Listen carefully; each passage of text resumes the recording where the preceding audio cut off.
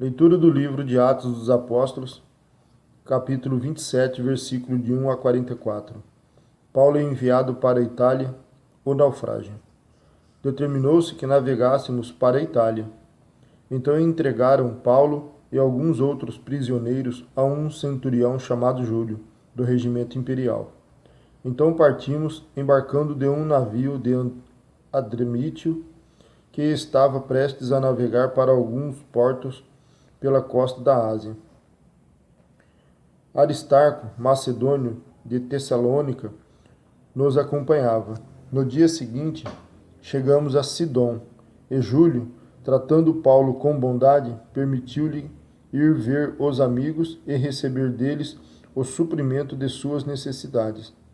Partindo dali, fomos navegando perto da costa norte de Chipre, porque os ventos eram contrários. Então, atravessando o mar ao longo da Sicília e Panfilha, chegamos a Mirra, na Lícia. Ali o centurião encontrou um navio de Alexandria que navegava para a Itália e nos fez embarcar nele. Navegando lentamente por muitos dias e chegando com dificuldade a Quinido, não nos permitindo o vento ir mais diante, navegamos próximo à costa de Creta, à altura de Salmona. E margeando-a com dificuldade, chegamos a um lugar chamado Bons Portos, perto do qual ficava a cidade de Lazéia. Decorrido muito tempo e tendo a navegação se tornado perigosa, porque já havia passado o jejum, Paulo os advertiu, dizendo-lhe: Senhores, vejo que a viagem trará avaria e muita perda, não só para a carga e para o navio, mas também para a vida de todos nós. Mas o centurião dava mais crédito ao piloto e ao dono do navio do que Paulo dizia. E como o porto não era próprio para passar o inverno, a maioria deles foi da opinião que de lá seguissem viagem para ser, de algum modo, podiam chegar ao porto de Fenice, em Creta. Voltando o sumo sacerdote e nordeste para ali passarem o inverno. Soprando o vento sul de forma amena, e supondo eles terem alcançado o que desejavam, levantaram âncoras e foram costeando Creta bem de perto. Mas não muito depois, desencadeou-se a partir da ilha um vendaval chamado Nordeste. O navio foi lançado para fora do curso, e sendo-nos impossível navegar contra o vento, cedemos à força e nos deixamos levar.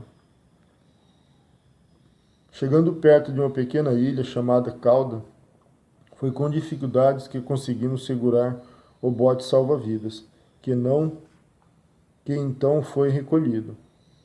E usando-se os meios disponíveis para preservar o navio, amarraram-no com cordas. Temendo que fossem lançados em Sirte e encalhassem, baixaram as velas e se deixaram levar. Como fomos violentamente atingidos pela tempestade, no dia seguinte começaram a jogar a carga ao mar.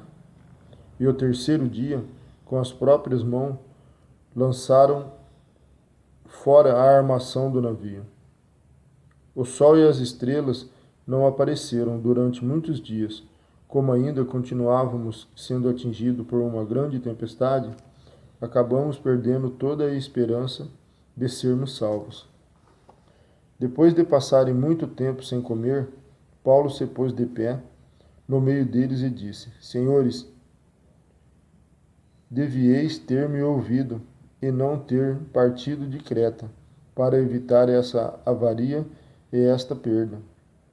Agora vos aconselho que não vos desanimeis, pois não se perderá vida alguma entre vós, mas somente o navio.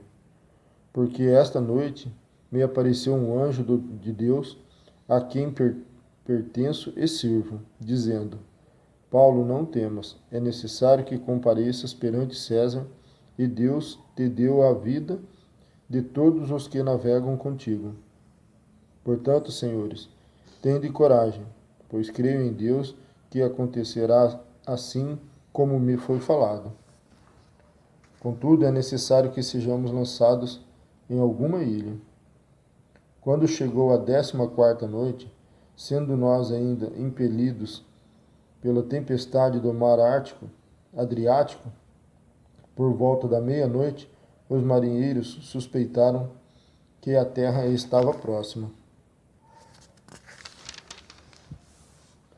Lançando a sonda, acharam 20 brasas. Passando um pouco mais diante, e tornaram a lançar a sonda, achando 15 braças.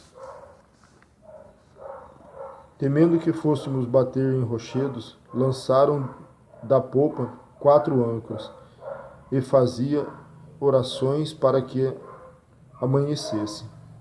Portanto, os marinheiros fugiram do navio, e tendo arriado o bote salva-vidas do mar, sob pretexto de lançar âncoras pela proa, Paulo disse ao centurião e aos soldados: Se estes homens não ficarem no navio, não podereis salvar-nos. Então os soldados cortaram os cabos do bote e o deixaram cair. Enquanto amanhecia, Paulo pedia com insistência a todos que comessem alguma coisa, dizendo: Hoje é o 14º dia que esperais e permaneceis em jejum, sem comer coisa alguma. Recomendo-vos, portanto, que comais alguma coisa, porque o vosso livramento depende disso, pois nenhum cabelo cairá da vossa cabeça. Dito isso, tomou o pão, deu graças a Deus na presença de todos, partindo, começou a comer. Então todos se animaram e também comeram. Éramos, ao todo, 276 pessoas no navio. Depois de se satisfazerem com a comida, começaram a aliviar o navio, jogando o trigo ao mar. Quando amanheceu, não reconheceram a terra, mas viram uma enseada com uma praia e resolveram, se fosse possível, encalhar ali o navio. Soltando as âncoras, deixaram-nos no mar, desatando ao mesmo tempo as amarras do leme, e içando ao vento a vela da proa, dirigiram-se para a praia, dando, porém, um lugar onde 2 correntes se encontravam. Encalharam o navio, e a proa, encravando-se, ficou imóvel, mas a popa se despedaçava com a força das ondas. Então os soldados decidiram matar os prisioneiros, para que nenhum deles fugisse, escapando a nado. Mas o centurião, querendo salvar Paulo, pediu-lhe este intento, e mandou que os que pudessem nadar fossem os primeiros a lançar-se ao mar e alcançar a terra, e que os demais se salvassem, uns segurando-se em tábuas e outros em que quiser destroços do navio.